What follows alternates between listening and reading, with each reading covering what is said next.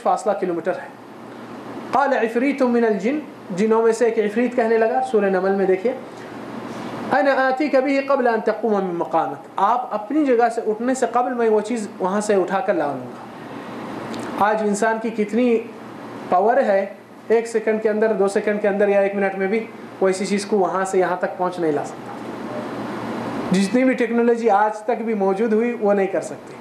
क़ाल अल्लज़ी इंदहु इल्मुम मिनल किताब, दूसरा जिन ने कहा जिसके पास दीन का इल्म ज़्यादा है। देखिए इल्म की फजीलत कितनी बड़ी है। अल्लाह की किताब का इल्म, ये वो इल्म नहीं, दीन का इल्म, अल्लाह की पहचान।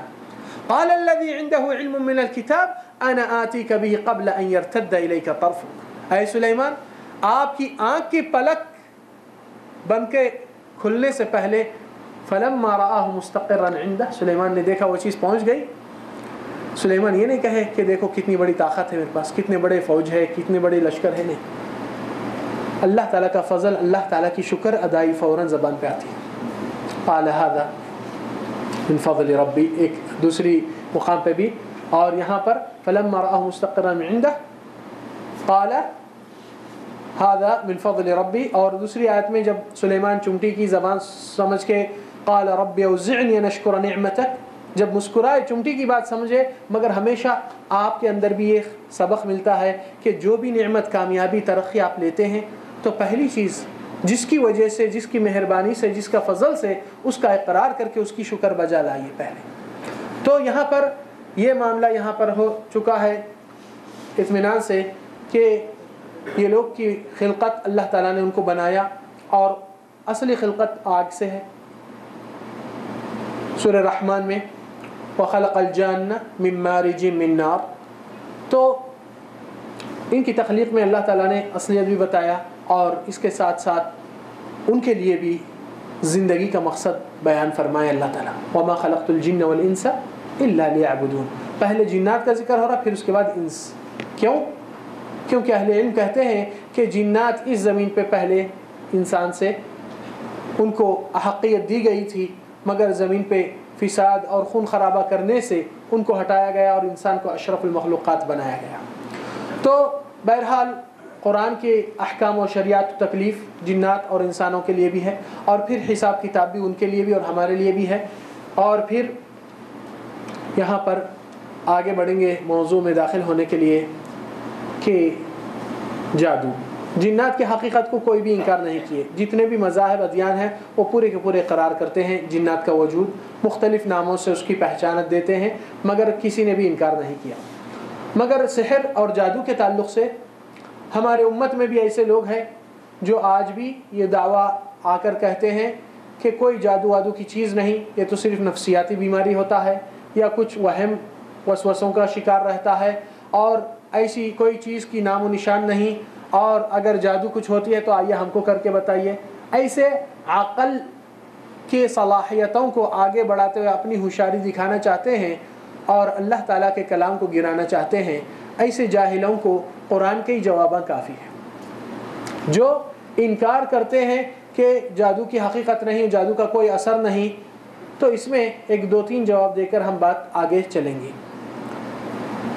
पहली चीज़, अल्लाह सुब्हानहु व तआला जादू की तासीर होता है सो कुरान मजीद में ज़िक्र हो चुका है। जो लोग कहते थे कि जादू की तासीर नहीं होती, कोई असर नहीं होता और जादू की कोई हैसियत ही नहीं, तो अल्लाह सुब्हानहु व तआला सूरह ताहा आयत नंबर 65 से लेके 70 तक तकरीबन आप उसमें पढ़ सकते हैं। जिस वक्त मूसा अलैहिस्सलाम जादूगरों से मुकाबला लिया और सारे मैदान में लोग जमा, और फ़िरऔन अपनी बाजी के लिए अपने जादूगरों को अपने तरफ से रिप्रेजेंटेटिव ठहराता है।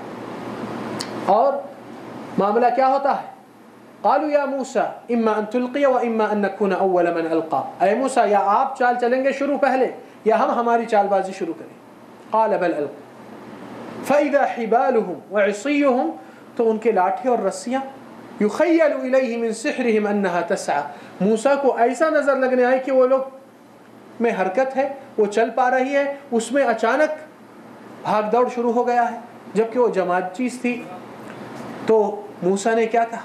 अल्लाह सुब्हानहु व तआला उस मौके को तस्वीर दे रहे हैं कि ये जादू का असर किसी मामूल आदमी पे नहीं, یہ تو ایک پیغمبر ہے اللہ تعالیٰ کے 5 اولو العزم پیغمبروں میں سے، عزیمت اور ہمت والے پیغمبروں میں سے ہے، جو 5 ہے نبی صلی اللہ علیہ وسلم، ابراہیم، نوح، عیسیٰ، موسیٰ.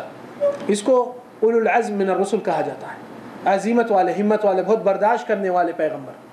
تو یہ ایک واحد ان میں سے ہے.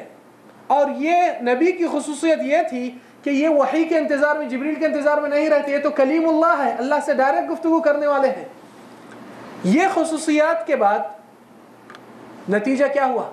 جب وہ لاٹھی اور ڈنڈے چلنے لگے اور ایسی حالت سامنے آ گئی، اللہ سبحانہ وتعالی جو دل کی حال جاننے والا ہے، پروردگار اندر کی تصویر کو کھینچ کر نقشہ پیش کرتا ہے. فَأَوْجَسَ فِي نَفْسِهِ خِيفَةً، اندر سے موسیٰ کی خوف طاری شروع ہو گئی اور گھبراہٹ شروع ہو گئی موسیٰ کو اندر سے. یہ باہر کسی کو نظر نہیں آتی، مگر اللہ تعالیٰ جو دل کی حال بھی جانتا ہے، وہ پروردگار اندر کی تصویر کو پیش کر رہا ہے. فَأَوْجَسَ فِي نَفْسِهِ خِيفَةً، اور یہ خوف ہونے سے اللہ تعالیٰ دوسری آیت میں اس کے بعد کی تاکید کرتے ہیں، قُلْنَا لَا تَخَفْ، ہم نے کہے اے موسیٰ آپ ڈرو مت. تو اللہ تعالیٰ کیوں خامخواہ کہے گا ڈرو مت جبکہ آدمی ڈرا ہوا نہیں؟ تو پھر کیا یہ جادو کی تاثیر نہیں؟ تو پھر کیا ہوا؟ ایک پیغمبروں کو ہلا دیتی ہے اور خوف طاری آ جاتا ہے، جس کی وجہ سے اللہ تعالیٰ تسکین قلب کے لیے کہتے ہیں کہ آپ بھروسہ کیجئے، اطمینان رکھیے، آپ خوف مت آئیے. تو یہاں پر قلنا لا تخف انك انت الاعلى والق ما في يمينك تلقف ما صنعوا، آخری آیت تک. سوال یہ ہے یہ اثر ہوا سو بات ہے یا یہ آیت کو ڈیلیٹ کرنا پڑے گا؟ یہ جاہلوں کے لیے ایک بہت اہم جواب ہے. اور دوسرا جواب جو اس قسم کے جہالت سے جو من میں آیا اور دماغ میں آیا، قرآن کو منطق سے توڑنا چاہتے ہیں اور ان کی جہالت کا ثبوت دیتے ہیں. اسلام کے اندر اللہ سبحانہ وتعالی الیس اللہ باحکم الحاکمین، کیا اللہ تعالیٰ بہتر حکم کرنے والے ہیں یا نہیں؟ بے شک. تو پھر اللہ تعالیٰ کی حکمت سے اسلام کے قانون کو آپ دیکھیں گے تو جتنا جرم ہے اتنی سزا دی جاتی. اگر کوئی شراب پیتا ہے تو اس کو کوڑلے مارے جاتے ہیں، کوئی چوری کرتا ہے تو ہاتھ کاٹا جاتا ہے، کوئی قتل کرتا ہے تو اس کا قتل کے بدل اگر قصاص میں مقتول والے خون کے بدلے خون مانگے تو اس قاتل کا قتل ہو جاتا ہے. مگر یہ غور کرنے کی بات ہے جرم جتنا بڑا ہوا سزا اتنے بڑھتے رہی. اور یہ حضرات آ کر کہتے ہیں کہ جادو کا کوئی اثر نہیں. کیا اسلام خامخواہ یہ لوگوں کو قتل کی سزا سنا کر کے اللہ تعالیٰ کو معلوم نہیں کہ ایک آدمی کچھ بھی نہیں کیا اسلام میں اس کے لیے تلوار کی نوک ہے؟ رسول اللہ صلی اللہ علیہ وسلم کہتے ہیں للساحر ضربۃ بالسیف، جادوگر کے لیے تلوار کی نوک اور اس کا سر قلم کیا جائے. تو کیا اللہ کو سمجھ نہیں کہ یہ بیچارہ کچھ بھی نہیں کیا، اس کو خامخواہ اسلام آ کر قتل کر دیتا ہے؟ عمر فاروق کے زمانے میں کئیوں جادوگر پکڑے گئے اور قتل بھی کیے گئے. حفصہ کے پاس ایک جادوگرنی تھی، اس کا بھی قتل کیا گیا. تو کیا یہ اسلام میں اتنی ناسمجھی ہے کہ کوئی کچھ بھی نہیں کرتا ہے اس کو اسلام آ کر گردن اڑا دیتا ہے؟ جو آج کل جاہلوں کے لیے یہ ناقص تصور ہے کہ اللہ تعالیٰ کی حکمت پہ وہ لوگ نقطہ نظر دکھاتے ہیں اور اپنی عقل کو آگے بڑھاتے ہیں. تو ہم کہتے ہیں اللہ سبحانہ تعالیٰ احکم الحاکمین ہے. اور جب دنیا میں انسان کی جان کو لوٹنے والے کے لیے جان کا قصاص ہے تو پھر جو لوگ کا ایمان لوٹ لیتا ہے اور لوگ کو ایمان سے بے ایمان کر دیتا ہے اس کے لیے بھی ایسی سزا رکھے گی. مگر آج افسوس سے کہنا پڑتا کہ ایسوں کا رواج اور دھندا بہت ہو چکا ہے، کیونکہ حق کی بات بولنے والے کمزور پڑ گئے اور جاننے والے